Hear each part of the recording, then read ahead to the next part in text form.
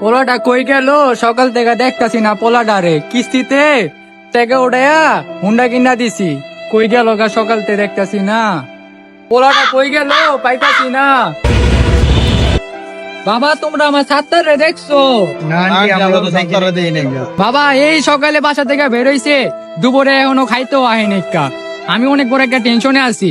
আমি কিস্তি তোর একটা বাইক কিনা দিছি।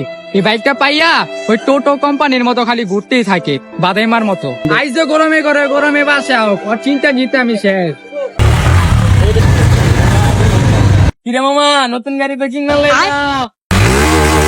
মামা কেমনে কিনলি? বেটা, আমার বাপের টাকা পয়সা কম আসছে বেটা, আবার আইফোন 16 প্রো ম্যাক্স কিনো। আচ্ছা বন্ধু, তাহলে থাক জায়গা। তো মামা ফুটার করে ফুটায়, ভাত খাইতে ভাত পায় না, এবার হুন্ডা লিয়ে চলে। আর মাই কইলো কিস্তিতে হুন্ডা কিনে দিবে। আবার ওই কয় যে ওর বাপে হুন্ডা কিনে দিছে, কয়দিন পর আবার 16 প্রো ম্যাক্স কিনে দিবে। ফুটার করে ফুটায়।